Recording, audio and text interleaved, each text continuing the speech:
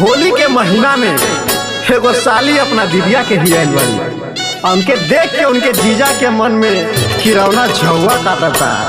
उस साली के पकड़ के रंग डालल चाहता ना, लेकिन साली भागत आड़ी। जीजा एगो बात कहले हो, कोना भाव में कहले हो, आई भैया ये गाना के माध्यम से सुनी।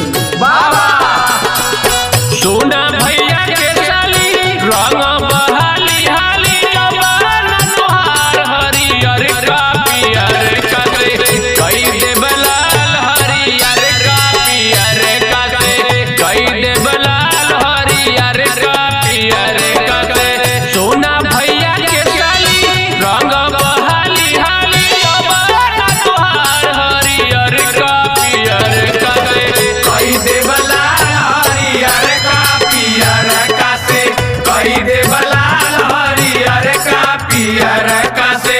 अरे बाबा देखो दरोगा भैया भी बाला संग में खजूर गांव से, और संगे कमलेश भैया भी खजूर गांव से। साली घबरा मत, बहुत बड़ बा बहिन। तो बाबा मनोज जी इलाहाबाद से चल के मनोज जी आइल बा। पीछे रे अंकित भी आई ना बंगला से। दिया दिया लाल दिया बड़ी भाग आइल बाटे पगुआ के दिनवा तोहरा के खोजी खोजी बीतल कई महीनावा बीतल कई महीनावा हो बीतल कई महीनावा। बड़ी भाग आइल बाटे पगुआ के दिनवा तोहरा के खोजी खोजी बीतल कई महीनावा। काहे लजात बारू तू शर्मात बारू हमारा से आज हरियर का पियर का दे कई दे बलाल हरियर का पियर का दे कई दे बलाल हरियर का पियर का दे। अरे बात संदीप भाई अनिल भाई एकदम चपले रहा होली में। ए गुड्डू भाई हो पीछे ले अभी दवाया बता दुर्गा की भभुआ से। बाबा अनिल सिंह चंदेल भाई, अरे तू आ गइला पीछे ले। और मीनू गुरु जी का पिछुआइल तू। अरे अब तू डालना होली में लहार बहार बा।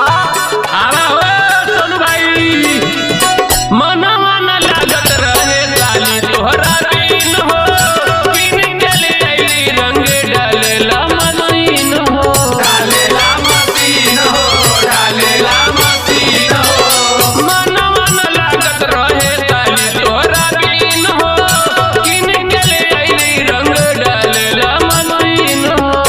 माजा तू खूब लिहा तू भरपूर दिहा बनी जाई चाल हरियर का पियर का दे कई दे बलाल हरियर का पियर का दे कई दे बलाल हरियर का पियर का दे।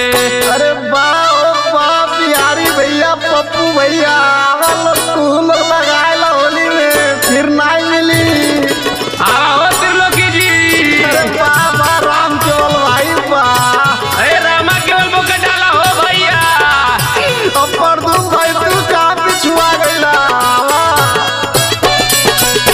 करे है न तो हर दरोगा कुछ बाउर अब चली अवतारे रंगे रंगे आउर रंगे रंगे आउर रंगे रंगे आउर।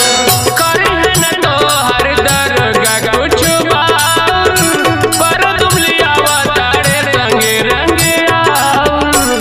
सुनीला होली साली आधा तो घर वाली कराना बवाल हरियर का पियर